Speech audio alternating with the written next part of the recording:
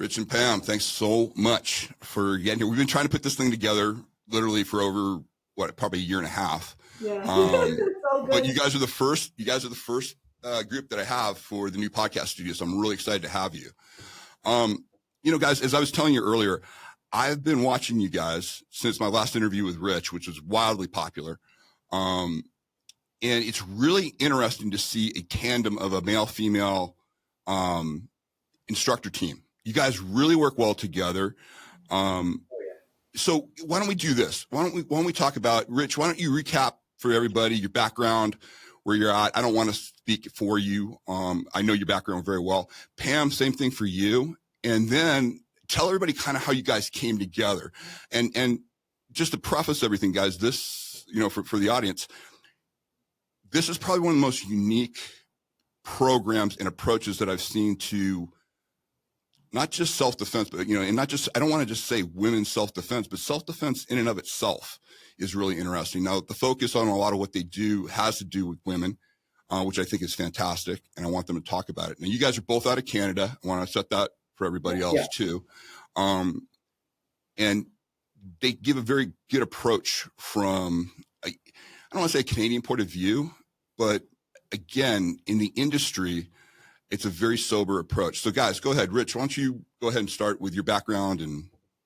Okay. It's a long one. So, and it's been out there and it's been done a million times. So I'm going to nutshell it. Basically, I started in the martial arts when I was 6 years old, and being both autistic and ADHD, I hyper-focused on it because it wasn't a team thing. I'm not a team player. And so fast forward a few years, several traumas, I hyper-focused even more into the martial arts. Fast forward several years, I'm roughly about 21 years old. I have about the equivalent of 5 black belts and instructor certifications in various systems and styles. And I had actually trained in about 16 or 17 combative disciplines, including boxing, wrestling, jiu-jitsu, and a variety of other stuff. I ended up working in the security industry. I ended up doing bouncing, bodyguarding, undercover stuff. I did that for 8 to 10, 15, oh my God, many years, from 91 to 2009, roughly. Created my own system called Senshido in 94. By 99, 2000, I became internationally recognized as one of the top 5, 6, 10 in my field at what I do, which brought me all over the world. Taught in about 22 different countries to date. Clients like the presidential security team of Finland, their counter-terrorist units. I've worked with SWAT teams, the British Special Forces, international women's movements. I've been as far as Cairo and Lebanon to teach, Australia, New Zealand, name it. My goal, my focus throughout the process of doing all this, of course, I was born in the Bruce Lee era. He was my idol. So, of course, I wanted practicality. I wanted what worked, and even more so when I find myself working in the security fields. And so my approach has always been, what's the most practical thing? Also, I'm really good at patterns and stuff because, again, of autism, which I didn't figure out till later in my life. But now that everything makes sense, I can work with it a lot better. And eventually, I was looking at how do we not just avoid violence, but how do we outbirth it? Like, how do we get to the point where I don't need to hit somebody, and I don't even need to get to the point where I have to, hey man, de-escalate and do all that stuff. What's the source of that? And I could never, all the way up until I met Pam, and oddly enough, it was right in front of my face. I that was my biggest search. Like, how do we outbirth violence? Then I meet Pam, and I met Pam online by accident as she was on a Pitbull Advocates Forum, and one of my former team members of Senshido was on it, and one of Pam's close friends, unfortunately, was violently sexually assaulted. They were looking for a self-defense course. Adam, at the time, would sign Senshido International, blah, blah, blah. She saw that. She asked Adam for reference in self-defense. Adam said, hey, you're in Canada. My instructor, Rich, is in Canada. Why don't you go directly to the source? She contacts me at a time where I'm decided to kind of retire, and I was burnt out and my kid was born and I really wasn't teaching. So I brushed her off. And okay, life took over for me. So well, I sent her to another person in Canada, one of my guys, Wes, who was also teaching, and he was actively teaching at the time. And he's a great guy to resource for what she was looking for. And then she disappeared from my life, and eventually I got separated from my kid's mom, and I found myself living by myself and teaching, doing what I was doing. And she popped up again on Facebook. And I saw that she had posted one of those stupid fucking videos of the Gracies. Every woman should know this move, and it's a choke. And it's fucking anyway. So I looked at that, and I'm like, no, Pam. And I remembered, her friend got, this is not the. Anyway, I sent her a whole bunch of information and a whole bunch of free videos. And I said, look, if you want violence prevention that's not fucking, John Wick related shit, here's the real stuff. And she went, oh my God, fascinating. So we started talking and we got in contact. And I found out she was really interested in the self-defense stuff a lot more than just, I want to learn it, but she also wanted to teach it. And at that point, I was working with Safe International in conjunction. So we reached out and she expressed wanting to join forces. And when she did, she brought that missing piece. And I'll let her explain that for you and how she got here. Before you do that, Pam, I got to tell you, that strategy was freaking fantastic on your part. If you want to get a response from somebody like me or Rich, post something like that Gracie stuff, and our heads will explode, and we will respond. And nothing against the Gracies, I love those guys. Your lane, man. It's when you try to take something that is not designed for violence and put it in that thing. It just drives you crazy. We'll talk more about that, but that was a good move, Pam. Yeah, it wasn't on purpose, and I've been there, so I understand when you don't know, and you look at something and you're like, oh, that it makes sense for the limited information and understanding of the topic matter that you have. But once you learn more and you educate yourself on, and this is for any topic, you realize that maybe what you saw and thought was valid or worked is actually not. So, and that's what I came to, and now, I don't shame myself. I look back and I'm like, it's crazy that I thought that was something that would be useful. When I understand now, I was like, no way in hell would you be able to pull something like that off in that situation. So, my background and the missing link that Rich is talking about, I am not a martial artist. I do not come from a martial arts background. I'm not kind of, as my friend and colleague Mary Stevens has said, I'm not held down by a lifetime or years of tradition and street and all of that stuff. My background is I've taught since I was a teenager, but I taught dance. I grew up a dancer my entire life, and I taught dance until I moved out east when I met Rich and moved out here. And so I grew up dancing and modeling until I was in my late 30s. I am very familiar with abuse and violence from a personal experience. I never experienced it in childhood. However, my younger sister did, and we didn't come to know that until we were in adulthood, and she struggled with substance abuse problems and addictions, and she unfortunately ended up losing her life from unresolved trauma. I also found myself unknowingly in a emotionally abusive marriage. And when I say unknowingly, it's because, again, this is where education comes in. The word abuse or domestic abuse and emotional abuse and all that has a certain, I think, misconception around it, or a very limited understanding. People hear abuse, they think something specific, right? It's physical, or it's sexual, it's sexual, it's this, right? That was not what I went through, but unfortunately I started experiencing panic attacks, where I was literally waking up every day in a panic attack. I went to a doctor and a therapist. I was initially diagnosed with general anxiety disorder. Fast forward to my sister passing away, I went into yoga teacher training, trauma-sensitive yoga teacher training.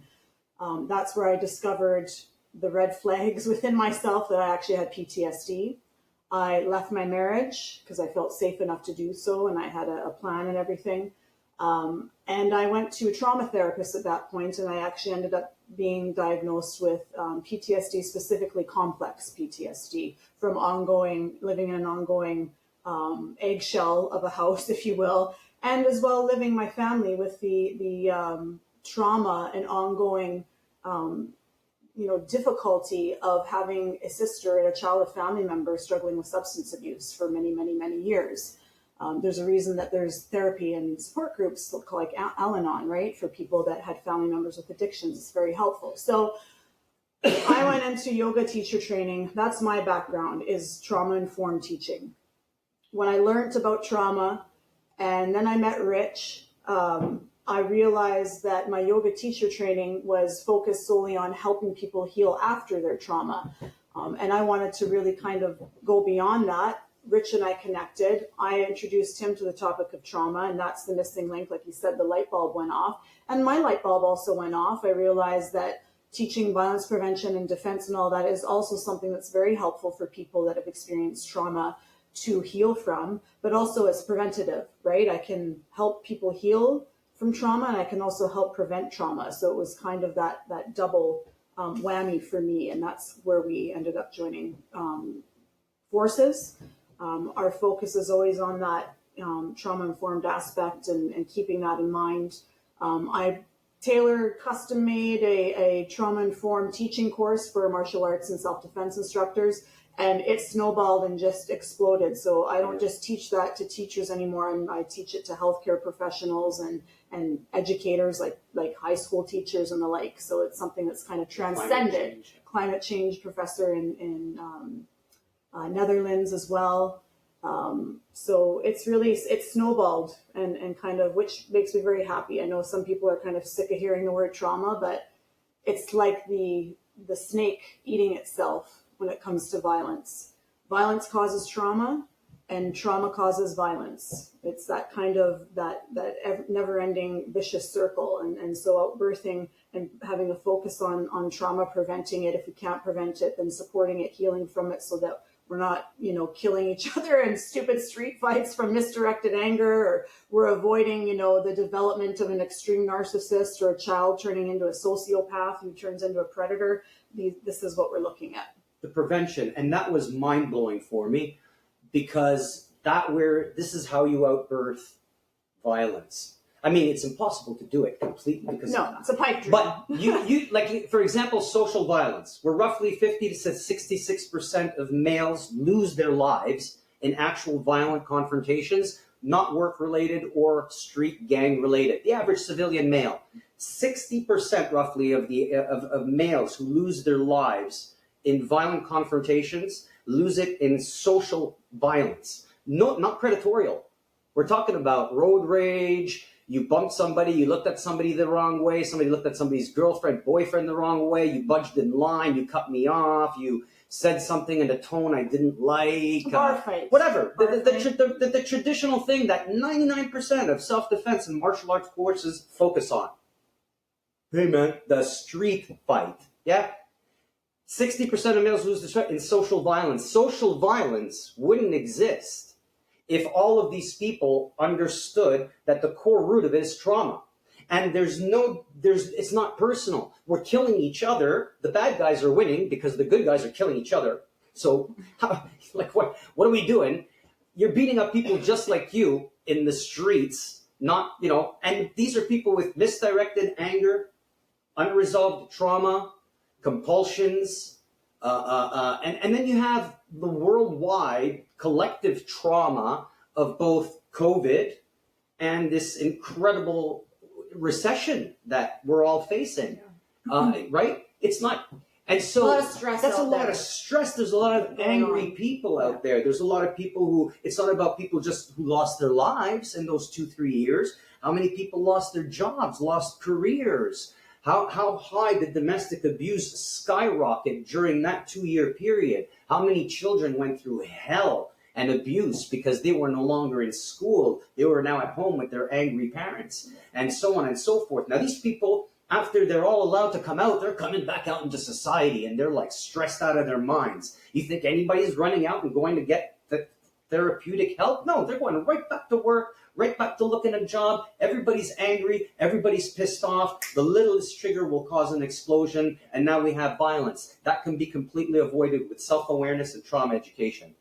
Not martial arts, not combatives, not Krav Maga, nothing, none of that shit. Unless those people actually learn trauma education, right? And if you're teaching self-defense at this point and you're not trauma educated, you have no business teaching self-defense. It's the fucking world of trauma. It's literally guaranteed you have somebody in front of you that has been through a traumatic event, especially if you're teaching self-defense at all, but women's self-defense, as we know, we're all, all three of us are instructors here. A lot of women, not all, but a lot of women that seek out self-defense or violence prevention do so after something has happened, whether it be to themselves or someone very close to them. I'm a perfect example of that. I wasn't even aware that the situation I was living in would be, fall under the category of domestic abuse. Some people aren't aware of that, but it wasn't until my friend was assaulted that I actually went and looked up self-defense, and it's incredibly confusing. I can remember her and I going online and looking up all these options for self-defense, and none of it reflected anything that they went through. Yeah, at all. Like, she's like, I can't imagine putting a gi. And that's all the big names, brother. Pajamas on, and after what I went through and going, like, I can't imagine having to do that and having someone come on top of me and having to learn that. There's no way in hell can I do anything with that. It was where it was very some of the men that were teaching, she's like, that looks like my assaulter. That looks like the guy, right? He had a certain look and the skull and crossbones and all that. And that's not saying that everyone that assaults people looks like that, but for her, that was a very intimidating look for her. Okay. This is something that you guys have just laid out that I think is really, I absolutely think it's revolutionizing the way violence is trained. Violence prevention is trained. That's why I love the approach. The idea that I think one of you two said that the idea is you first have to understand about trauma. You have to understand how people see the world. Where is it before you can be trained in violence? The way I usually put it out is the idea. I always talk about antisocial aggression versus asocial violence. The idea that if you handle the first, as Rich said, that takes care of almost 99%. If you're a good person, if you're a person that's living life. I mean, one of my instructors famously would say, yeah, if you want to avoid violence, just don't live like a drug dealer. It's basically, what you avoid. You can live a life that minimizes the chance of violence coming in your life if you understand everything. And one of the most important things I think you have to understand, and you guys touch upon this, I see in some of your writings, human nature, really understanding human nature and having a really solid foundation on how predators think, look. I've really done deep dive into human nature in the last 10 years, reading everything I can on it and sharing that. And I feel that is a much more important, that along with the trauma, understanding trauma in people, and also understanding like what you guys are talking about, the world environment that we're dealing in. Yeah. If people are under stress, how do you do that? How do you talk to somebody that's potentially there? I guess the assumption I give, and it's probably a little aggressive, but I go into new situations where people I don't know, and I assume everybody's 6 seconds away from a shooting spree. And how would you talk to somebody like that? Until I get to know them, meaning I'm very careful with how I interact with people, because you don't need to unnecessarily trigger somebody. You have no idea what's going on with them. Yeah. And it's just a different, it's not a defensive way of living, but it's, it really it makes life so much easier when you approach it that way. But anyways, I love what you guys did. Now, when you came together, Rich, what went off in your head when Pam started talking about trauma with you and integration? Did that start switching some things? I'm sure it validated some of the approaches that you were doing, but did it give you a whole new perspective on how you could communicate? Oh yeah, entirely, because I always explained, I used to always teach, before I met Pam, I taught the concept of de-escalation in order to figure out, morally, ethically, legally speaking, whether you're actually dealing with a good person having a bad day or a bad guy. And with de-escalation, literally in a nanosecond, you can figure it out because they reveal themselves like that. The predator will reveal themselves really quickly with a few choice words, simply asking, how can I help you? That's like 95, 99% of the time, that'll tell you exactly who you're dealing with. If you have an irate person in your face, how can I help you? Because the good person having a bad day will stop and tell you, well, you did this and this. They have an issue they want resolved. They're going to give you the option to resolve it. The bad guy doesn't. They specifically chose you. So now you, because you're specifically chosen and they don't have an issue they want resolved, they're going to deflect the question of how can I help you? And it's going to be something like, what makes you think you can help me? Or I don't need help from you, or you're beyond help now, you piece of shit. It's going to be somewhere along those lines. And they're going to keep advancing towards you. It's going to be bully talk. Yeah, bully talk. That's what it is. It's the lowest form of predator. Honestly, the lowest form and the easiest form of predator to defeat is the one that 99% of people, martial arts and self-defense courses teach for. It's the bully. The guy who already made himself known, who telegraphed his intention, who's already showed you the knife, who's already showed you he's coming at you, so you can do all your cool, whatever you're going to do. They're the overt. They're very overt.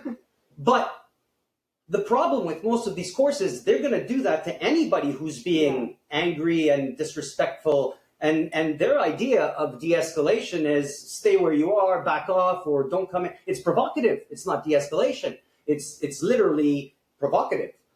Or you're not offering to resolve, you're making it about yourself when this isn't about you. The person came up to you, they're pissed off. So if I don't want any trouble, but I don't care what you want.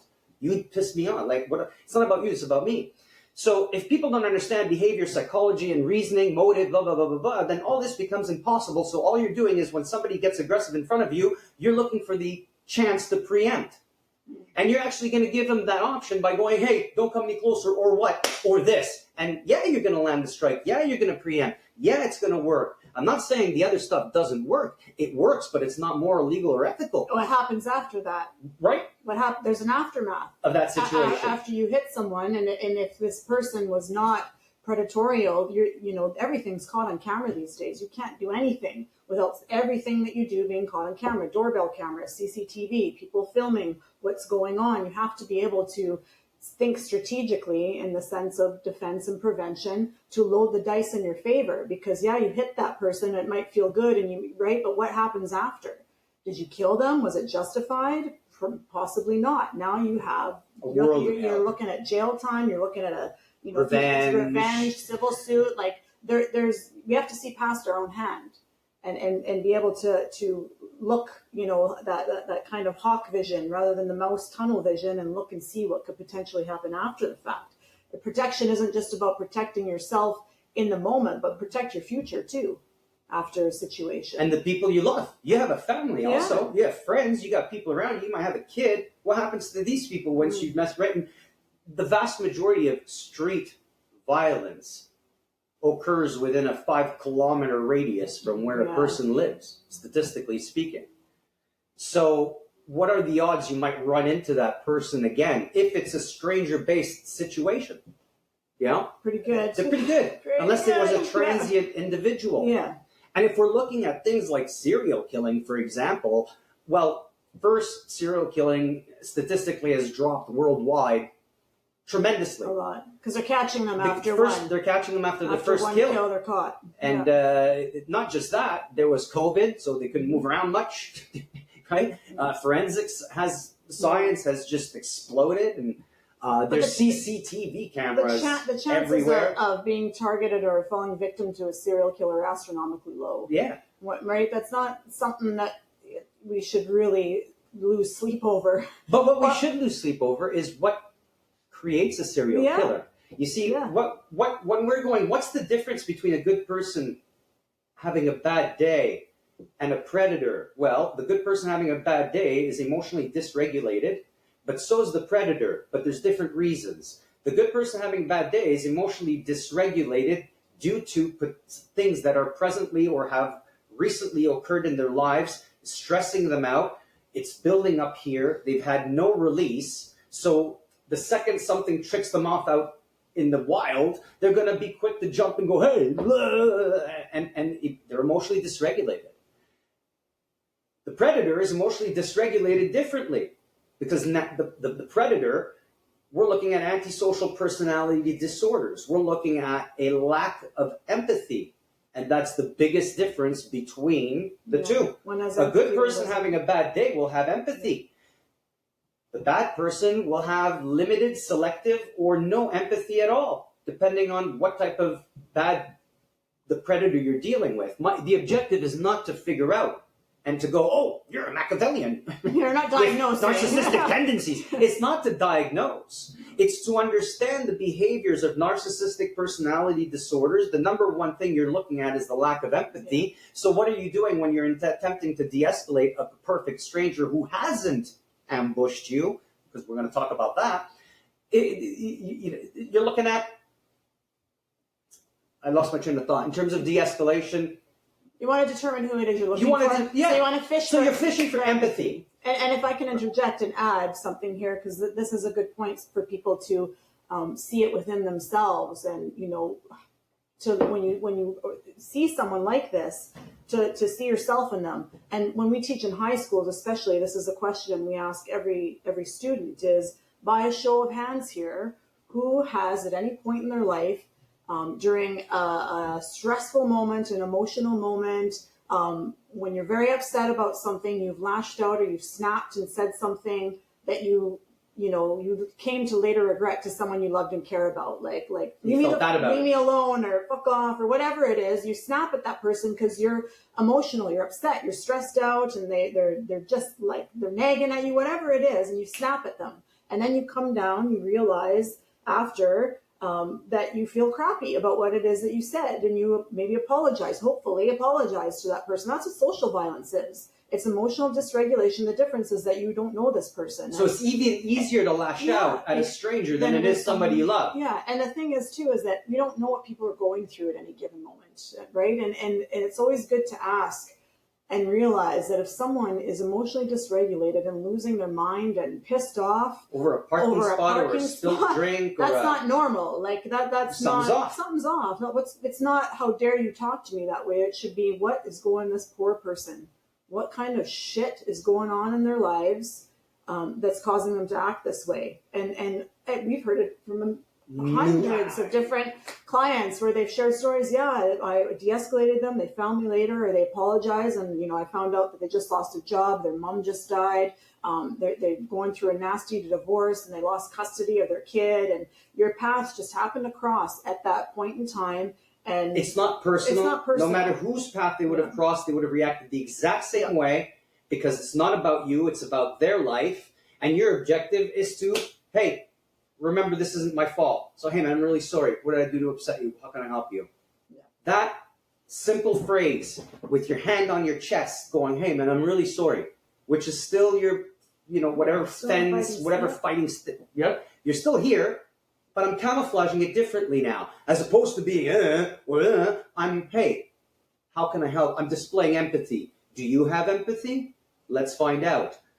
My body language, my tone of voice is going to take that out of you. No matter how emotionally and angry and pissed off and dysregulated you are, if another human being, when you're approaching them that way, goes, hey man, I'm really sorry if I've been upset you, please tell me and I'll rectify it, you're going to calm right the fuck down almost instantly, and you're going to go, well, and you're going to tell them exactly what it is that pissed you off. The predator won't. No. You go to a predator, you go, hey man, I'm really sorry. What did I do to piss you off? Well, you fucking knew exactly what you did. And they're going to keep walking towards you. And that's a done deal. It's a done deal because nothing more can be said. They have revealed themselves. If I say, how can I help you? And your response is, you're beyond help now, you piece of shit. I can hit you now. Okay? Like, fuck you.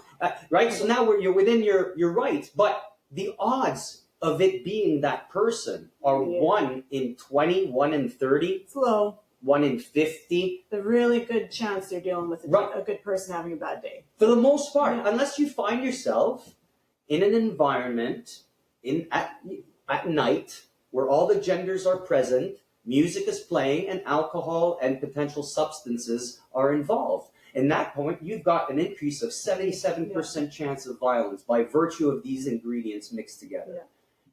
right off the bat. You know, it's interesting you're saying that because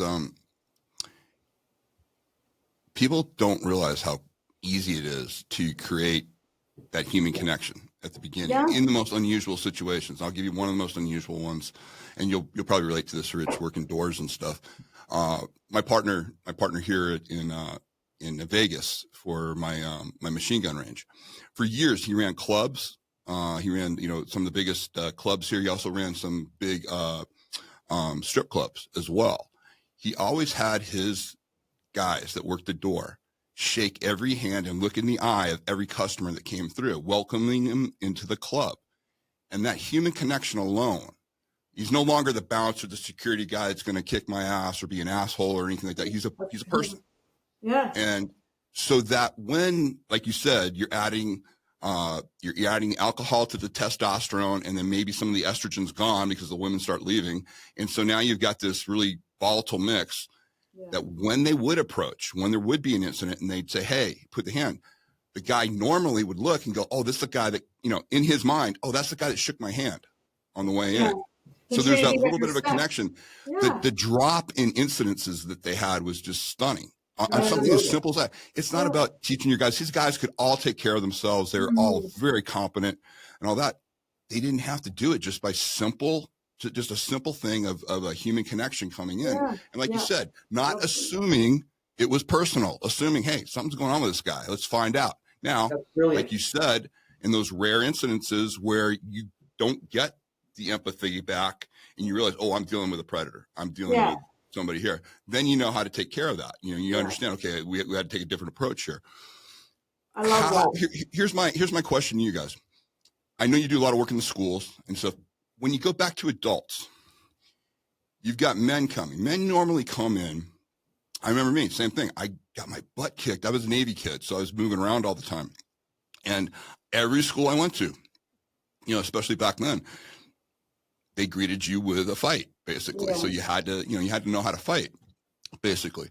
So you kind of grow up with that idea that I need to know how to take care of myself type of thing. It's a fear-based approach, and then you conquer that through going through your training. But without this, which I didn't get any of this early on, your approach as a man is to probably overreact right away, and we like that.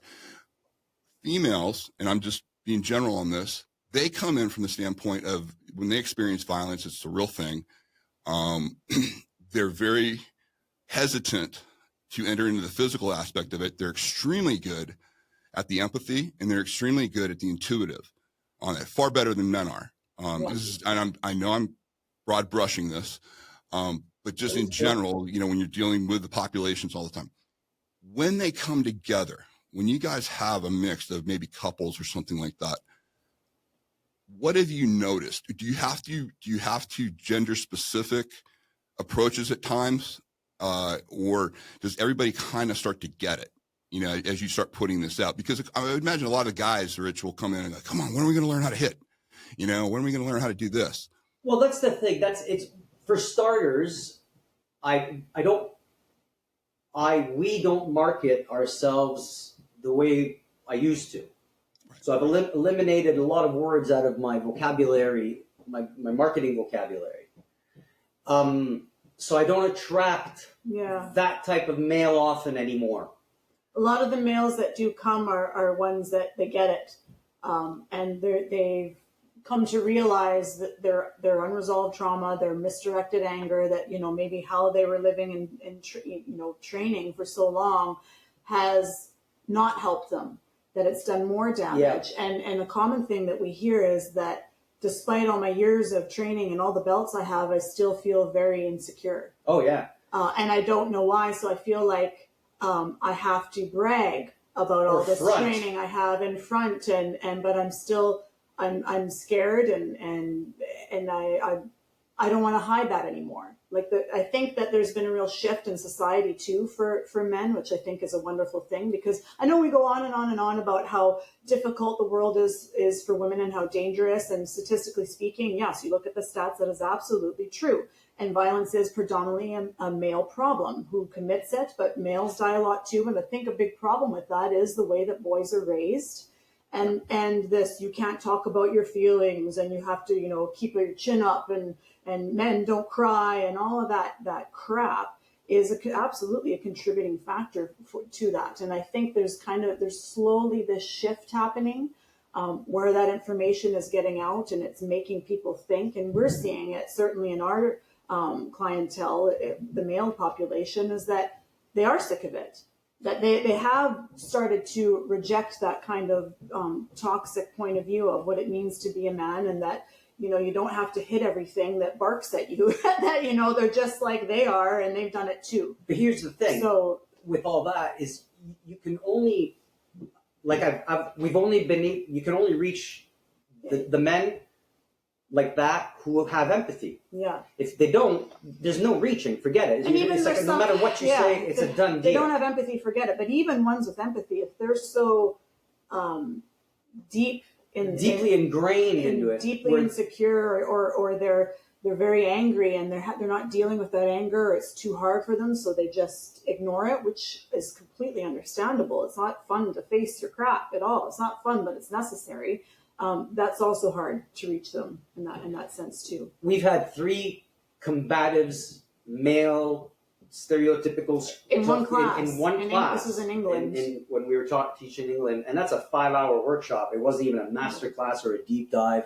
Who at the end of our course went home and apologized to their family for their behaviors. I made them realize in that 5-hour course that road rage and home rage, even though you're not specifically targeting your family, is abusive.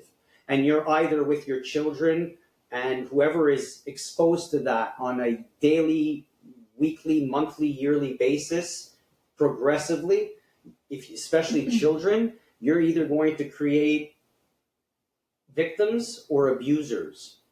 Because when you enter a car as a child with a parent who has road rage, I'm not talking about just a couple of insults, I'm talking about road rage. Fuck you, man, blah, blah, blah, blah, blah. It's the child and the parent and the other, it's the members of the family in the car who hears that. Not the guy that you're yelling to. They don't hear it.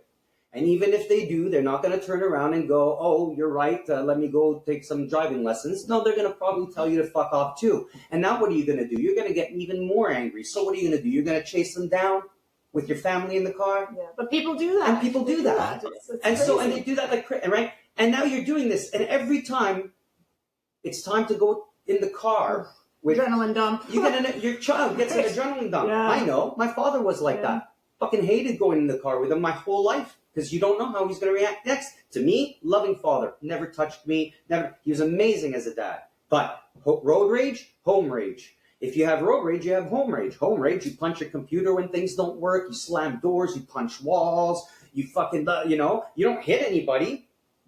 But who's taking the brunt of all that for years and years? It's not fun to be around. And I know people have argued, well, people have a right to be angry and express anger. Yeah, 100%. But you don't have the right to take it out on your family members. But I'm taking it out in front of them. There's a healthy way to express anger, and raging and in front of your family is not the way to do it. It's you're causing them harm. That really resonates with me, because there's a story out there that I put out for years, and it's a true story. It's a story of my older son and I, where a guy you could tell he's just having a bad day. And he was trying to egg me on at one point, and my son really wanted me to take action on it because the guy was insulting me and doing everything. And, I was able to apply all my training at that point and just realized this isn't anything to respond to. And the funny part about it was, my son was holding the magazine, my first black belt cover that I had during that time. He goes, but Dad, you're this guy, and we talk about that. So that's a good one. And it's a great one for the story, but I'm going to tell you one right now that I'm not proud of. My younger son and I was driving him to school one day, and this woman, she must've been having a hell of a day. As I'm merging in, she literally thought I was cutting her off. She literally tried to run me off the road with my son. And I think at the time he was like probably 5, Yeah. That did it. I was just enraged, and I fell for it. I went for it, and I came in. I said some very choice things to her, and I got to give it to her, man. She did not back down and kept going, but I finally let it go. Didn't think much of it until I looked over at him. He had never seen Dad like that before, and it had an impact on him. And So that triggered me on, okay, I got to really take a look at this. Yes, it was a threat. Yes, it was a serious thing. I mean, she literally almost ran me off the road. At that point. But you have to really, what am I doing to this kid? And we had a long talk about it and everything. And it's funny, even now, he's 14 now. And he still talks about that. He talks about how, Dad, I remember when that happened. But he understands things better now. But for me, it was a real wake up. Even though I thought it was completely justified in my response, and I didn't overreact or anything, as far as ramming into her or doing anything stupid like that. But I didn't take into account, allowing myself to do that in front of this very impressionable little sponge.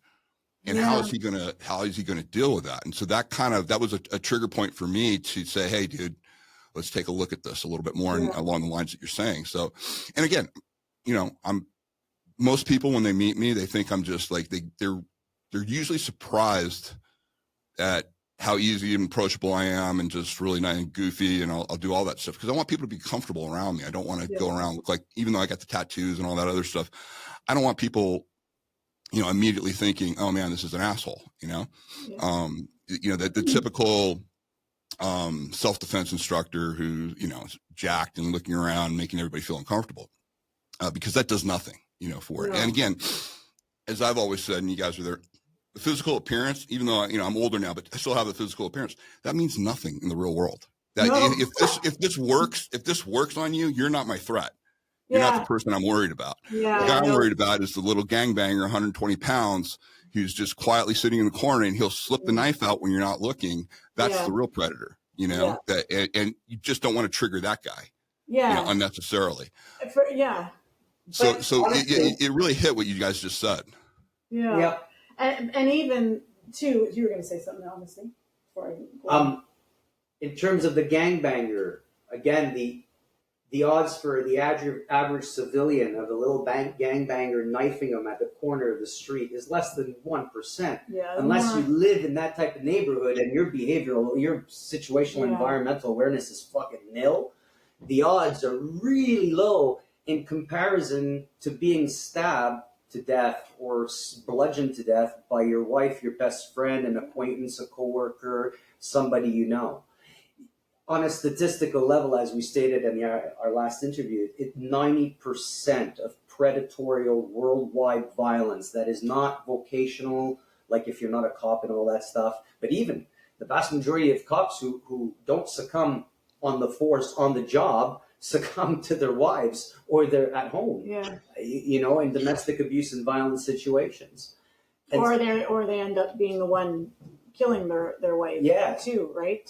So and that's not the stranger that we, different parts of the world, it's a different story, obviously. But as far as a first world goes, it's not the stranger that those of us in a first world country need to be concerned about. It's the people in our lives. It's those, I had mentioned the bully before, right? They're very obvious and it's almost a gift because they're telling you who they are and you can see them coming. It's not an ambush. It's none of that.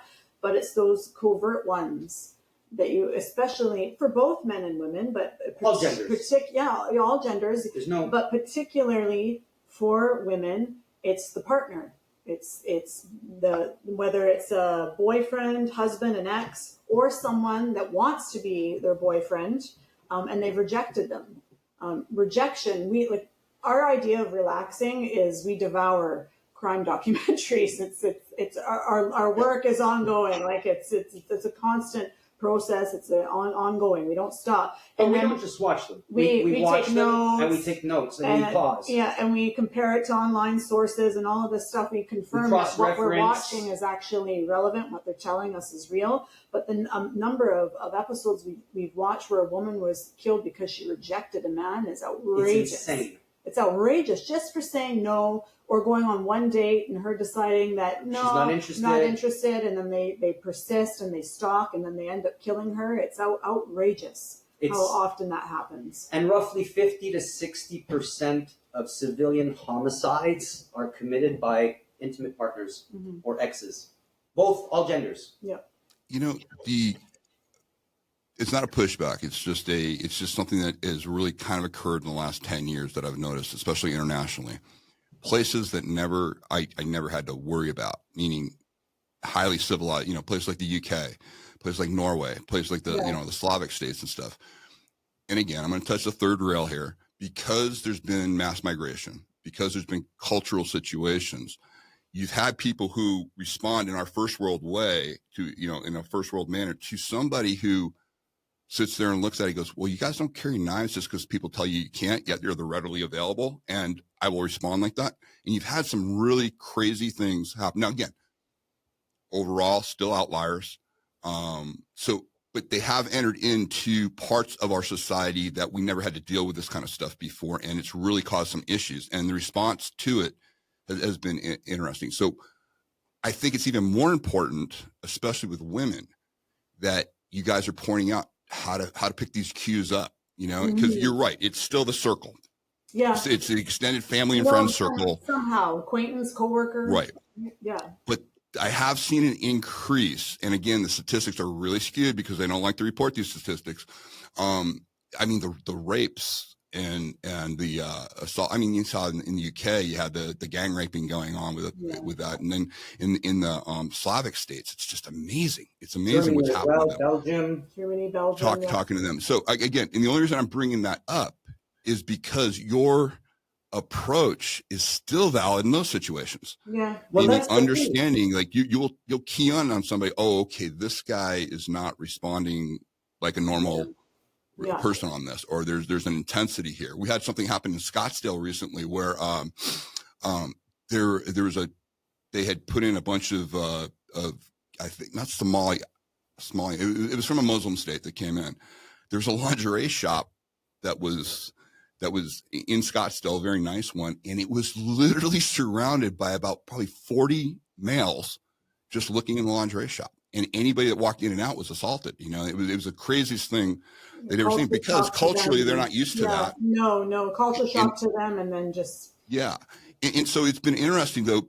That's why this is even more important, that people really understand that, because it works not only in the intimate circles that you're dealing with, but it'll also help you when you're having a cultural situation and you're seeing how people react, and I just think it's a great message that you guys are starting, because if you can do everything prior to having to get yourself out of there or recognize there's a potential threat, it minimizes the chance that you have to worry about violence or use violence to protect yourself is key. That's the life you want to live. Yeah, because it's not fun. It's not fun having to defend yourself. It's not fun to get physical. It's traumatizing as hell, even if you come out unscathed, right? And nothing happens, and right to you physically, you're okay. That's still an incredibly traumatic event, especially for a female to go through. It's horrific, and so yes, prevention, and I think part of that, I think it's really important to have, we talk about self-awareness and behavioral awareness and situational, environmental, and part of the environmental awareness and situational awareness is being aware of what's going on in your community. How are, like you were saying, they opened up a center and it was right by the lingerie, and it, having an education and understanding of what's going on in your community and how things are shifting and changing, and what does that mean? What does that increase the odds of happening? What are potential outcome, right? This kind of thing is important to understand as well. And it's also important to understand that what constitutes a stranger. People think that, the guy that works at the corner store where I buy my coffee every morning, or I've been there only 3-4 times, is a stranger. They're not a stranger anymore because contact has been made. They're an acquaintance, right? A stranger is someone who there's no contact. You've prior to the immediate assault or whatever, no contact happened, has ever been made. You've never spoken to them. You've never crossed paths. The guy that delivered your pizza and then started stalking you after, that happened to me, is not a stranger. We had contact made. He delivered pizza. And then he stalked me after. It ended very quickly because I got the police involved immediately. It took me advocating for myself. And that's another side note, is that police have failed people, not all of all genders, when they've gone to complain that someone's harassing and stalking them and they don't take it seriously. Just like in the medical industry, you need to advocate for yourself. If you feel something wrong and you're being gaslit or dismissed, you need to push back on doctors to get what you need to help to figure out what's going on with you. The same thing applies in these situations. If you're not being taken seriously, if a threat is not being taken seriously, whether it's within your workplace and HR or police, you advocate for yourself. You push back, you don't stop until someone listens. And in terms of awareness, it's not just about situational awareness, behavioral awareness. If you don't have self-awareness, all the rest doesn't matter.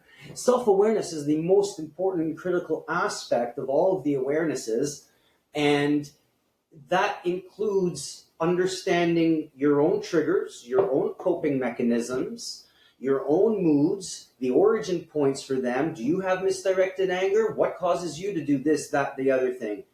Small example. Long time ago, anyway, I woke up, I'm wrong side of the bed kind of deal, whatever. I was emotionally dysregulated, a little flustered. And, I had told Pam right off the bat in the morning, I'm a little irritated. I'm irritable this morning. Just, so it's not you. I'm not going to take it out on you. Just know that if I'm quiet, I'm just irritable this morning. So she says, look, it's beautiful. Why don't we go for a walk and, help you clear your head? I go, great idea. But if anybody gets in my face, I'm not going to de-escalate. Yeah. I'm not fucking there. There are humans out there. And I know that even if I try, I'm going to have a micro expression that's going to still provoke. I'm not there. So I said, I'd rather stay home. I'll shadow box. I'll do some work over here, get my endorphins, and then we'll go out for a walk later when I feel a little bit more, right? And that's what I did.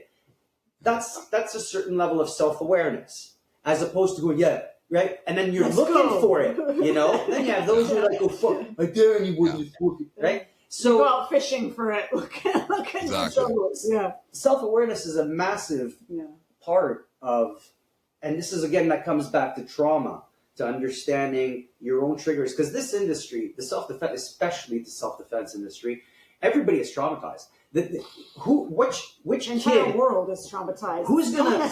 There's nobody who's gonna get into the martial arts or the self-defense world and stick with it for years and years to become an instructor. And no matter what it is that they did, that didn't go through something in their lives that brought them to this point. Yeah. It's a certain small percentage of the population that do martial arts. It's less than 3%, and it's generally people that come from backgrounds of being bullied or victimized, or they saw Bruce Lee on TV and wanted to be that guy because, well, they feel a sense of insecurity or frailty, but that never goes away. With all the world championships, with all the belts, with all the people telling you how awesome you are, and all the Black Belt magazine covers that we've been on, and all of that bullshit, it doesn't take it away, because that's unresolved trauma. You never looked at the origin point. I'm thinking of actually one of our, I'm not going to name names or anything, but someone that we worked with that is very proficient in martial arts and combatives, and they came to one of our courses. Oh, this is excellent. And they are brilliant at de-escalation. When we run scenarios, like we put real emotional scenarios, like furniture, we make it as realistic as possible and applicable to their life. They're brilliant at de-escalation. Like literally, of the dozens and dozens and hundreds of people, they're one of the top that we've ever come up natural at it, brilliant at it. But they don't teach it like that? No, and they won't do it in real life. I would never do that in real life. I would hit them. Why? You did a brilliant job. Why would you do that? Nobody talks to me that way. And they're bullied as a kid. They couldn't get past it. And they're an instructor. This guy teaches. He's an instructor. He's out in the world doing his thing. Yeah. He's a name. And we tried so hard, right? We're like, but it's a superpower. Like, we're trying to explain to him that de-escalation, and you have all the skills. You know what you can do to that person. But a real superpower is that you can manipulate human behavior and de-escalate and make this person. You make them your puppets and de-escalate them and diffuse them, no problem. And if they aren't a good person, you have that ability to still, right? Like, de-escalation is, when you're good at it, it is a gift and it's a superpower. They would not see it. Oh, man. They're looking to punish. I had this other guy, Tim, and everybody knows this guy's name, and I'm not going to say it. And he contacted me. He doesn't even like me. And I know he doesn't like me because I've seen him say things about me before, but he contacted me to have a private online session with me, and he made me promise not to tell anybody, and I'll go along with that promise. We only did one session. Here's what happened to him, okay? he's with his wife or girlfriend. They're biking, right? And they're going kind of like on a bike path, and in front of them, there's like 5 guys on their bikes, and they're, they're kind of like in the way. So him and his wife, they move by and they look at the guy, they look at the 5 guys, and then they go on, right?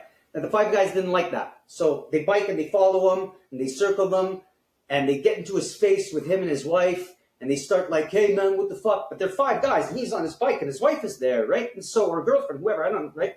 And so he says, he de-escalates it. Hey man, I'm really sorry, blah, blah, blah, blah. So he's telling me the story. And then at the end of the story, they all leave. Nobody got hurt, nothing, right? He de-escalated. And then he looks at me, he goes, what did I do wrong? And I go, is this a trick question? You did nothing wrong. That was fucking amazing, bro. You did great. He goes, wow. No, he goes, why? Why didn't I fucking, like, I was scared. Why didn't I hit anybody, like my training? And I go, why would you want to? I said, look, and I asked him, I said, are you okay? Yeah. I said, is your wife okay? Yeah. Are they coming after you? Is anybody, like, is there a revenge? Is there anybody coming after you because of this incident? No.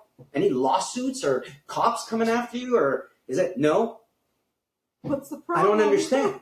And there's no grasping, eh? He felt weak. He felt weak. Because he's built the foundation of who he is, of self, on being on his phenomenal skills, right? So the second that he couldn't use his physical skill or he felt fear, that means he's a failure. Like how many times have you seen any combatives, Krav Maga, self-defense, anybody do scenarios where you're on a bike with your wife or sister or grandmother, right? And 5 guys surround you.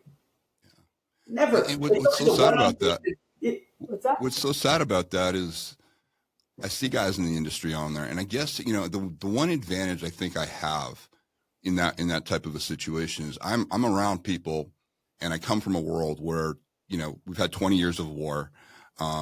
Most of my friends, the majority of my friends are all in special operations community and usually high level. And I've seen the results at that level. I mean, people don't understand whatever they think violence is and whatever they think doing it. These guys have done it at the highest level. They've performed amazingly under horrific conditions. They've had to do horrific things, and the toll that takes on them. And what's interesting is it's not till making it till this age that you see the toll, the guys that survive, and what that does to you if you do not seek treatment, if you do not resolve it. The guy you just talked about, how many times in his mind do you think he's replayed that where, he gets off the bike and uses the bike and takes people out and he's got the whole thing and the wife is just beaming, they did the whole thing, that whole false narrative that we put ourselves in because we don't truly understand the nature of violence. I think one of the things that hit me early on about the fallacy of physical violence and the strength of physical violence was my grandfather did me a great service. He got me into boxing very young. He was a huge guy. And I remember I was probably about 6 or 7 years old, and he was talking about a pretty famous boxer from Boston. And he was saying how this guy could have gone. He could have probably taken out Jack Dempsey. He probably could have done this. He was an amazing fighter, but the mob wouldn't let him do that. And I go, what do you mean, Grandpa? He goes, they would have killed him if he came in. I go, how could they kill? He goes, he can't beat a bullet. He said, he told me, there's a real difference. He goes, hey, listen, what you do in the ring is great. He goes, but out here in the street, it doesn't matter. He goes, you have to understand the realities of things. And it just struck me as a kid. I couldn't understand that. I go, hey, you get this physical prowess. You're an amazing fighter, quote unquote. But these guys who are kind of out of shape, not really physically impressive looking, mean, absolutely, asocial. But as a little kid, that just hit me that, there's a difference. And I remember telling people one time, what was the scenario? One of my guys came up with it, and somebody said something about the UFC or something.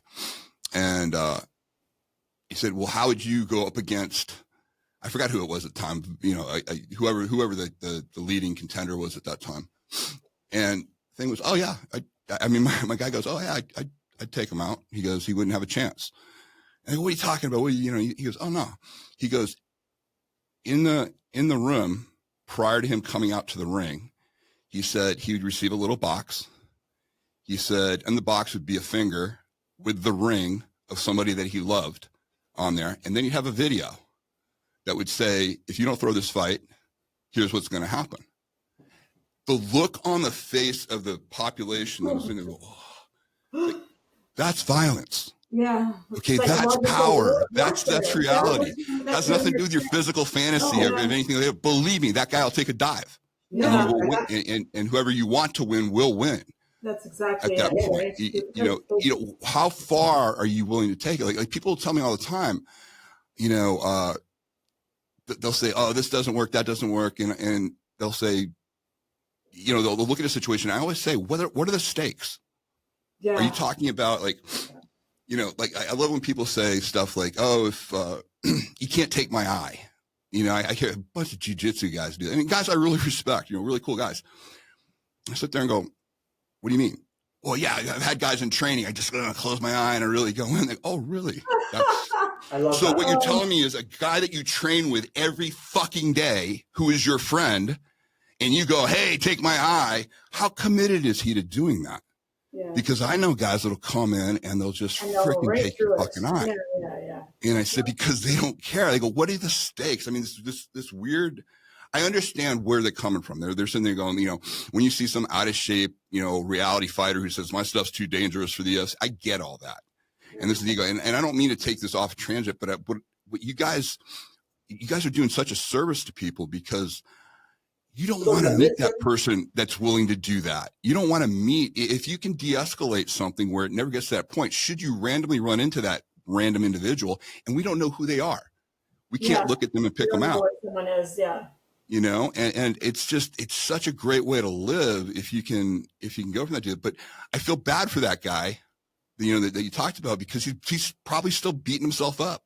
He's still, you know, when he absolutely performed. You had 5 guys circling you and your wife. Yeah. And they left. Whatever you did, they left. Yeah, that's crazy. Good job, dude. And they calm down and they're not even angry anymore. Yeah. And quite honestly, had he had done that and say he had to do something horrific, his wife would have seen a side of him she probably has never seen, and she probably would not be really comfortable around him. And look, I don't care who the fuck you are. Oh, yeah.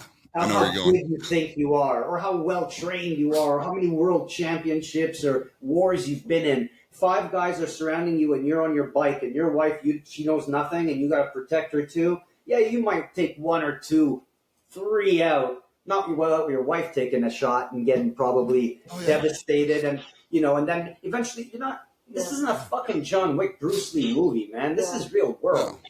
Out of the 5, are any of them carrying a weapon? Nobody's. Exactly. You don't know. What takes 1 out of the 5 to be a fucking sociopath or a psychopath, and while you're down on the ground, boot you till you're dead, or rape your or we're gonna take your wife and make you watch. Fucking, you don't know them. They're strangers. Look at the Alex Gong story, man. I know, it's one of my I hate hate that story. It's like all this training in the world, and some fucking crackhead in a car took you out with a fucking pistol, because it's not your arena, man. It's not your field. That's not your game. Violence, Rich, your game. that story goes back to exactly what you guys talk about. That guy that shot him, he was trying to escape. He was a 3 strikes guy. He knew if he got hit again, he was going for rest. And had nothing to do with Alex. Nothing. And as I tell everybody on that story, I go, for those that don't know, two of Alex's students, Alex was a very famous Muay Thai boxer, amazing practitioner. I tell the story at all my work. Car gets hit. It's Alex's car. They run in, master, somebody just hit your car. It's in the San Francisco Golden Gate area. So the guy couldn't really drive off. There's traffic and everything. Alex literally in his freaking Muay Thai gear is running down the street after this guy, pounding on his window. This guy is trying to escape. He's stolen his girlfriend's car, and he just looks at him, takes his 45, boom. I can't have this happen. I got to get out of here. And my whole question at the end of it is, what is car insurance for? Yeah. You know, what we say, call blah, blah, blah, yeah. I mean, it's such a. I'm so glad you guys use that one too, because it's such a key element. The guy is highly competent, great, and we lost a great competitor. Yeah. I mean, we lost a guy who Family probably could have his gone on for family years. left the Over company. what? Well, look, I had another guy, an instructor, highly trained instructor in Krav Maga from somewhere in Europe. We're doing an online private session. He says to me, so the other week at night, I hear noise downstairs, and apparently there's been breaking into cars in the neighborhood. So he looks outside his window, and he sees a hooded guy looking at cars. So he decides to take his baton, his fucking, like a baton, Extendable right? baton, yeah. And go out to fucking confront the guy. But by the time he makes it out, I think the guy was already gone or nothing had happened, whatever, and nothing had happened. So I go to him, why the fuck would you go out with your baton? He goes, well, the guy was going down and blah, blah, blah. And I go, do you know the guy? He goes, no. Do you know if he has a gun? Do you know if he's a sociopath? Do you know if he's high on fucking drugs? Is he If he's connected? psychotic? If he's connected to gangs? Do you know anything about this guy? No. What if you go down, you pull out your baton, he fucking shoots you? I go, what would happen is if instead of you pulled out a baton, you pulled out your phone and you're watching him and you film him with your other phone and you fucking call 911 and you go, I'm filming this guy right now. He's dressed like this. This is how tall he is. This is how, as much detail as you can. And you let 911 know and come and deal with it. I said, do you have car insurance? He goes, yeah. I go, so who gives a shit if he hits your car? He goes, oh, I never thought of that. I never thought of that. That was the fuck you teach? Yeah. What do you, It's amazing. It's like, but that's the process because nobody thinks of prevention. Fuck de-escalation, prevention. How do we get to a point I don't even have to de-escalate? Why do I need to de-escalate? Like I just posted a video and you had brought it up, the influx of knives in Europe and immigrants and stuff like that. And the fact that, again, the culture, but they're not coming at you, hey man, a guy bumps another guy on the subway station. I just posted, he bumps him, he walks away. The other guy just... Very brief. Very brief. Yeah. And he walks away. The guy goes right behind him, pulls it off, and stabbed him right in the neck from behind. Not from the front. He didn't shove him and go, hey, show me your krav or your combatives or your spears or your whatever fucking moves. No, from behind. You know what would have saved the other guy's ass? Literally, simply stated, the bump happens, hey man, I'm really sorry. Didn't mean to... I didn't see you. That's all it took. That's all and the guy would have done nothing. He would have kept walking. Because, okay, he got his respect. Yeah, he apologized. That's it. People don't understand an honor and shame culture too. You know, like stuff that we would think is ridiculous because we're a legalistic society and we think, oh, I won't do that because of legalities or something. Or I will respond with something arrogant because I'll sue him if he doesn't do the right thing. And when somebody's not playing that game, and the response, it shocks the shit out of people. Yeah. When you see that. And then they're like, oh, they're monsters. No, that's not a monster. That's that's sociopathy. Yeah. And I think it's really important that that people don't stop making the assumption that every other human being on earth, including the people in your life or your family, whoever, see the world the same way you do. That we feel people have their own individual filters of how they see things, what they've experienced, how they react. But it's nobody else is you. And that's so important because you make that assumption. Well, no one would stab someone over a parking spot or kill someone while they're trying to steal their car. Well, yeah, it happens all the time. Yeah. All the time over stupid things, right? And so yes, it can absolutely happen. And hate crime has increased by 18%, and transient crime has increased by 20%. And I did a research. I was asked to do a workshop for a corporation in Toronto, 2-3 hours for their employees because they take public transportation, and there's been a lot of attacks. And I tell them, okay, let me research. I go in and I checked out over the last 5 years every single attack that's been reported and how they were committed. Not a single one of the attacks could anybody have physically defended themselves. One woman, it's winter, she's got a winter coat on. The guy behind her douses her with lighter fluid and lights her on fire. You can't knee that, you can't spear that, you can't Krav Maga that, you can't hammer fist it, you can't bomb strike it, you can't headbutt it. Right? Another person pushed into the subway. Shoved into the subway. Shoved in subways. Stabbed from behind. Lit on all kinds of stuff that it's all an ambush. Not a single one of them did the person come from the front and show a knife first or do the grab or strangulation against the wall like Frankenstein so you could do this really cool move. Nobody, none of those. So we did 2-3 hours of prevention, behavioral awareness, situational awareness, self-awareness, and environmental awareness. That's it. And that, boom. And safety plans. Of course, safety. Right? We're always big on each individual, depending on the situation or event or whatever it is they're doing, you have a safety plan, particularly if you're going out at night where alcohol is involved, have a safety plan. You look out for each other as a group. Footwear is a big thing, right, for females. Maybe not wear heels if you can try to not wear heels, right, because you can't run in heels very well. And, having a charger for your phone in case your phone dies and you're stranded somewhere. Like, these are things, carpool, right, stick together. If you're that scared of avoid transit, the areas and the zip codes and yeah. the places where you know that these things are take the longer way to work if you have to. It's worth it not to get jumped by 6 people with knives trying to stab you to death because it's a gang initiation. Yeah. And you're not going to Krav Maga your way out of that because, again, it doesn't happen the way you see it in all of these courses where it's a one-on-one situation. When it does, it's gang-related. It's teenagers in a mall who'd agreed to meet and get into a scuffle, and all that could be prevented with proper education, empathy training, and the like. Because it's not going to be teaching them how to do Piper or Blake fucking craft methods that you're going to get teens to stop fucking knifing each other in malls and in subways on open platforms in front of civilians. This becomes, like you say, cultural, and the reality of actually organized gangs being violent against the average civilian is less than 5% odds. The odds of being stabbed by a random, complete stranger anywhere worldwide are less than 2%. The chance of a home invasion while you're in it is less than 1%. So again, and with proper prevention strategies and stuff, you can make yourself a less desirable, a much harder target, or a target that's not even seen to these people if you understand their modus operandi. 45% of stranger-based violence worldwide falls under armed robbery and muggings. Yeah. And so that's 45%. That's almost like half. It's funny, like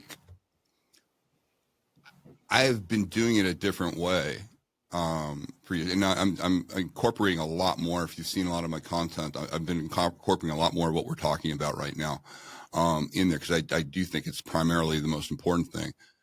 The way I did it earlier on, though, is I would start off with the physical. I would start off with oh, you want to know how to kill somebody? Great, boom, and I'd show it to him. Whoa, wait a minute, I don't want to. Oh, no. This is how easy it is. This is how you can do this to somebody. Boom. What's interesting is when you show it unvarnished, just how easy it is. And I guess it's from all my time, dealing with, prison, the prison gangs and all the people that I've done, how they look at it. They use it. Violence is a tool for them. Violence is it's to protect commerce. It's to do things. It's the credible threat of violence is really what it drives everything. Meaning you don't have a credible threat. And therefore, when they use it, it has to be overwhelmingly effective.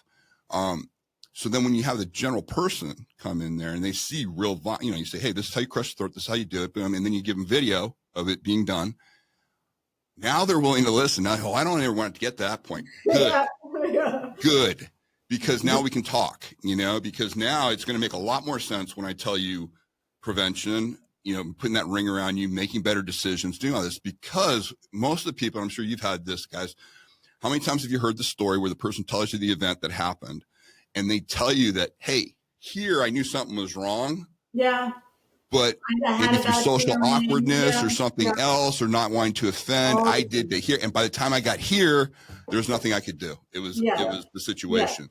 Yeah. And that's my whole goal. My goal is that as soon as you feel that, whatever the nonverbal cue that you're catching or anything like that, even if it embarrasses you or whatever, get the hell, do what you have to do. Yes. Better to be embarrassed, better to feel awkward than to go against your gut that way and put yourself into that. There's just no people doing that. People are more afraid of offending someone than being hurt or dying, right? It's like they choose that apathy over to not offend someone. It's a bad habit. There's also a lot of people who have a disconnect. Yeah, some people aren't connected to their intuition. Some people don't trust it because years of abuse has eroded that. Mm-hmm. Trauma has caused a dissociation and so a lot of people have they don't know how to trust their intuition, and, Or and it has to be to Yeah. just tell somebody you got to trust that.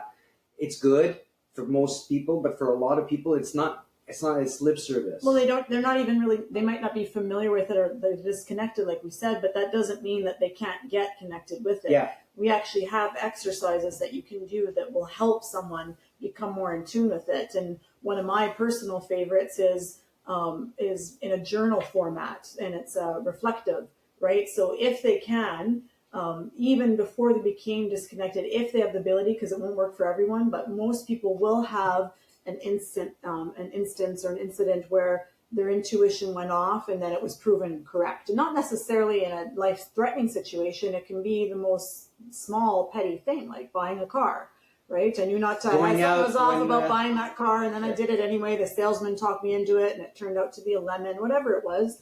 To reflect back and just make notes about when did that feeling go off, and what was the feeling? Like, was it a thought, like an actual your voice in your head, or was it, in the gut? Did you feel it, like butterflies, or did the hair stand up on the back of your neck, or did you get shaky, and did you just feel scared and you weren't sure why?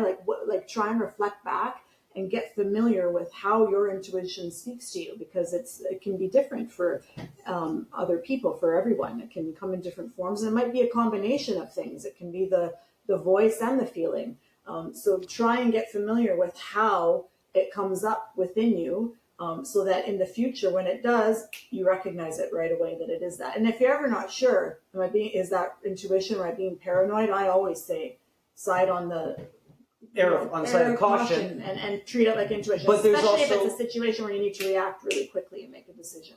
But there's also ways you can decipher, and it could take up to a minute for the average individual who is connected, who does feel intuition, who doesn't have the trauma that causes the disassociation, to be able to differentiate between paranoia and intuition. Paranoia will start as a thought that will trigger a response based on a judgment, a visual. Something triggered a thought that triggered a feeling. It's a process. Whereas intuition generally will be either a feeling or a voice that will signal something that makes you go, why am I feeling this way? Like, there's no reason I should be feeling this way. Oh, I'm being paranoid. But paranoia is you're there immediately. Oh, something's off with this person. This person's this person's that, and you might be judging them or the situation based on that. But that's a triggered thought that then causes a feeling, and it's a lot more immediate. If you're not questioning, generally speaking, if you're not questioning the feeling or the thought, like, why am I feeling this? There doesn't seem to be a reason. You're erring more on the side of paranoia. It's probably paranoia. If you're questioning yourself and you're going, hey, why am I feeling this? And there doesn't seem to be a reason, then it's probably intuition. Just try. That's a really great that's a great delineation for people. Yeah. And it takes about a minute, not even. The average teenager can do it in 30 to 45 seconds, especially if you use the elevator scenario, which is typical for most people worldwide. Like, if you're standing in an elevator, guys there, right, and something goes off. If you just sit for a second and go, wait, was that a thought or that? Generally speaking, by the time you figure it out, the doors are closed and you're okay. Well, but that actually puts me in a place. I'm doing something I normally don't do. I'm actually being aware of the time, and I know Rich has a time constraint. Yeah. So before you guys go, one of the things I really am interested, because we got a lot of people here that listen that have kids. What are you finding when you're going in the high schools and stuff? Did you learn anything unique? How these kids currently are growing up, and some of the things that they have to deal with? Is there anything, from a parental standpoint that you think parents today need to be aware of from what you're seeing in the schools? One thing right off the bat that I would say that needs to start from a very young age is no devices in the bedrooms at night. That's very important. Device addiction is causing all kinds of mental health struggles, mental illness. They're the online, more prone to being victimized to online predators, bullying, all of that stuff. I would direct people to really seek out some advice and guidance through Child Rescue Coalition. They're a great organization. I think they're based in Florida. They use online technology to track and arrest online predators. They've broken up child trafficking rings, all kinds of things. But they have some really great advice on device safety for kids. AI is becoming a bigger threat with children's safety, more so just pictures being lifted from parents' social media. So I would be very wary about posting any pictures of your children online, even if you're have all the privacy settings in the world. You don't know everyone on your friends list, especially with AI. Very, very well. And there's been countless stories. Just check out Child Rescue Coalition for some great advice. But the online world is definitely a threat for kids. But another thing that's coming up a lot is how often and not spoken about interpersonal relationships among teenagers where abuse is happening, where one of the whether it doesn't matter the gender, is being very controlling and jealous and possessive and manipulative bullying, and bullying among friends. Among friends too. A lot of people think the bully in the school is the one that just picks on a certain random vulnerable person, but bullying within friends, that's been going on. That's nothing new. I went through that. My sister went through it horribly growing up with a certain group of girls that were her quote unquote friends, and so there's these kinds of things. So I think the most important thing for kids' safety and teen safety is the relationship with your child and the communication with your child. That's the most important. Without open communication and no punishment. No punishment. Punishing children does not work. It's proven it doesn't function. It creates better liars. It creates oppression. It creates confusion. It creates aggression. Yeah. And it makes them just better at hiding stuff, and they won't come to you out of fear of whenever they do something wrong.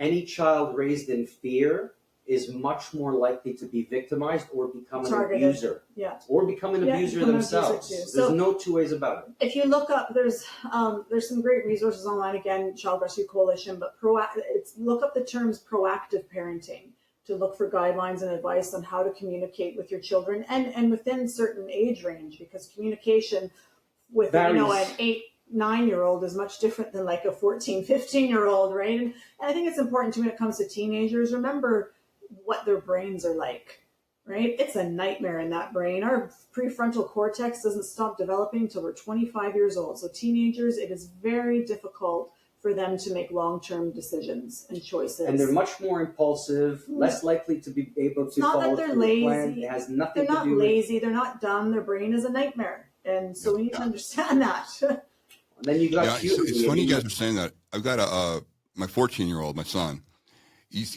I realized that any advice I would give is based off of my childhood, which is absolutely irrelevant right now. It really is, because everything they have is on steroids. I mean, when bullying for them is online, he said something, he goes, "Oh, they're going to trash me online." And what do you mean? Yeah. And I thought about it. They're really concerned about the repercussions via social media. One of the saving graces that I'm learning is my twin daughters. They have each other.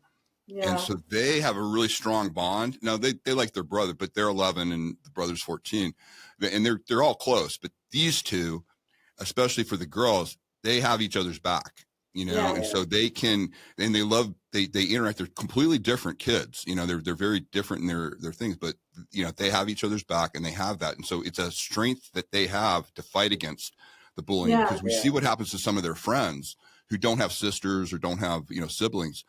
It's a very different world. And I know people, I know everybody would love a simple answer, but there is no simple answer when it comes to this stuff. It's not, and it's no black and we're really not equipped because we didn't grow up like this. So we're not the best equipped to really give them valuable advice or useful advice. Yeah. So it's important to stay on top of things and the research and the science and go with that. What is their world like now, right? And again, I know I've mentioned them twice already, but Child Rescue Coalition, what a great organization. They do wonderful work, and just the advice and guidelines that they give. And there's apps that they have too for parents that monitor online activity for kids, not just what they're doing, but there's some that will they recognize certain words and language that's maybe being used that will give an alert and that kind of thing. But a big one that they'll tell you about is no devices, not even computers in the room at night. It's too dangerous. And you explain that to the child. You don't do it as a punishment. No. You don't do it because mommy And said that, so. that or daddy includes said so. the parents, explain why. right? Exactly. It's a All the household reasons. thing. There's a family charging station, and everybody's devices, including mom and dad's, and our laptops and all of that are all here at the end of the night. So it's not just them; it's everyone. It's a community thing. That's awesome. So listen, guys, I could keep going. What I want to do though is before we close out, is there anything that I haven't brought up that you'd like to share, or a topic or something like that you'd want to close with? I think no, because that can go off on a tangent probably. But I think maybe just if anyone wants is interested in learning more from us, we do have a couple online courses coming up. I don't know if this will be aired before they start, but April 19th we have a shredder course where we're just demystifying some things about the five principles of physical retaliation. And then on May 17th, I believe it is, we have a boundaries course, and that's how to set non-provocative boundaries, which is very important. That comes down to the prevention part. Because a lot of people teach boundary settings, but it's done in a way that could potentially, again, escalate a situation. Yeah. And you're like, well, you're where would you want to drive? Just out of curiosity, where online would you want to drive people to? So our website is RPS. So as in like Rich Pam or Real People Solutions, RPS, violenceprevention.com. If they go to our Instagram or our Facebook, they'll see the links in there as well. And there's an event page on the main page there. Well, I encourage, we'll make sure that's all in the notes and it'll be there, and I'll highly encourage this, and I will definitely, push this out. And even beyond the courses that you just talked about, I want people to be aware that you guys are constantly out there putting out great information. And I can't thank both of you enough for this. I could go on. I got so many more things I could talk to you guys about. I'm sure this will be just one of a few that will get going. So we have an upcoming masterclass. Yeah, Montreal masterclass. In Montreal. We have people coming from Australia and Europe and all over Canada and stuff. And that's May 30th to June 2nd. That's a 4-day, 8-hour deep dive on trauma-informed and educated violence and abuse prevention. We'll give you that link too. Yeah, we'll give you that link as well. And it's 50% off for the first time ever. It's a steep one. Great. Yeah, but we're offering a 2-for-1 special on it, if anything. Well, listen, you guys, I think, are some of the most innovative people that are doing. You guys have really taken, especially knowing Rich's background and knowing where he comes from and everything. Just to see the evolution has been really fun to watch. And you're putting out great information. It's a great collaboration you two have beyond just obviously the personal relationship you have. I just think getting both voices, you guys really do a good job of melding that in a way that's not hokey, not anything. It just works, and I think it's really key. So I would encourage, especially any parents out there, get this information, because this is the approach that you want to take when it comes to this is information that if you pass it on to your kids early on, like this, it's going to be far more relevant than what I got as a kid. It transcends self-defense. These are life skills. Yeah. Absolutely. They're life skills. It's beyond self-defense and really a life skill, right? Especially when you look at statistics and numbers, this should be a mandatory education in schools. It really should. So thank you so much for your words. Guys, I love your work, and I'm so happy that you guys took the time to share this with my audience, and I'll definitely be pushing all these things out. To everybody out there, Rich and Pam are probably the most unique approach to, it's not even self-defense. It's life skills, basically, how to live your life to minimize the chance of violence coming in your life, which is a big message that I put out. And, every time I've had, like when I had Rich on, I had a huge response to this. I'm sure this is going to have a huge response. And please just send in any questions. I'll make sure they get to these two. And guys, I wish you all the best, and hope we can connect sometime in the near future. Thank you so much for the opportunity. Thank you, Tim. Really appreciate it. Of course, guys. All the best. Thank you. You too. Bye-bye. Hey, I hope you enjoyed that interview with Rich and Pam. And just as a reminder, folks, if you're ready to start putting together as you heard today, a life that minimizes the chance of violence coming into your life, give us your email, go to surviveviolence.com, get the 11 modules that will help you start putting again that plan that minimizes the chance of violence coming into your life and your family's life, because that's the life you want to live. Until next time, stay safe.